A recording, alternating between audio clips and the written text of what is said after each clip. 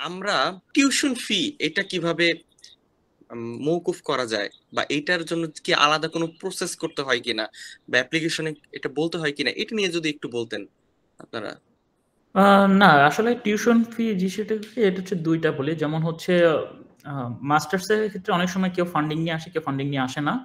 আর PhD basically হচ্ছে এখানে ফান্ডেডই থাকে। ঠিক আছে? সো যদি তুই হচ্ছে সেখানে আরএ বা টিএ হিসেবে যে ফান্ডেড হিসেবে আসে, সেটার জন্য টিউশন ফি এটা অটোমেটিক্যালি আসলে মওকুফ থাকে আরকি। ঠিক আছে? সো বেসিক্যালি হচ্ছে ওইটার তখন ওইটা নিয়ে আসলে তেমন কোনো কিছু করা লাগে না যদি আরএ বা টিএ হিসেবে আসি। কারণ ওটা অলরেডি ওয়েভ করা থাকে। আর মাস্টার্সে আসার পরে হচ্ছে যারা ফান্ডিং নিয়ে আসে তাদের তো হচ্ছে কোনো সমস্যা নেই। সেটাও মানে মোটামুটি ওয়েট করাই থাকে।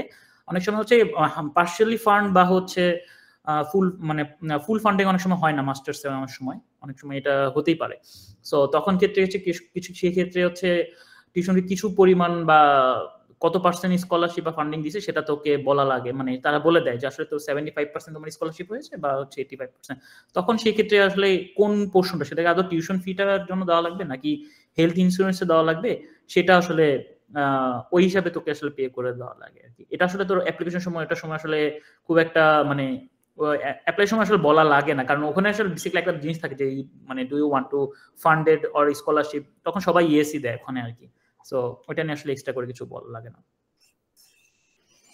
হ্যাঁ, যেটা অপু বলল সেটাই যে অ্যাকচুয়ালি অ্যাডমিশন পেয়ে গেলে মোটামুটি এগুলো সবই তোর মওকুফ হয়ে যায়। তুই টিএ কর বা আরএ কর ওটা ফান্ড মানে অলরেডি ফান্ডেড থাকে।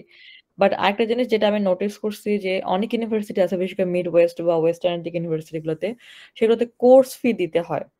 বাট সব ইউনিভার্সিটি সেম জিনিস না। যেমন আমার কারেন্ট ইউনিভার্সিটিতে এখানে কোর্স ফি দিতে হচ্ছে না। সেটা আমার লাইক মেইন যে টিউশন ফি ওখান থেকে আরকি কেটে নেয়। তো হ্যাঁ, মানে খুব বেশি হলে অনেক জায়গায় তোর কোর্স ফি টা এক্সট্রা লাগতে পারে। বাট ওটা খুব একটা বেশি না।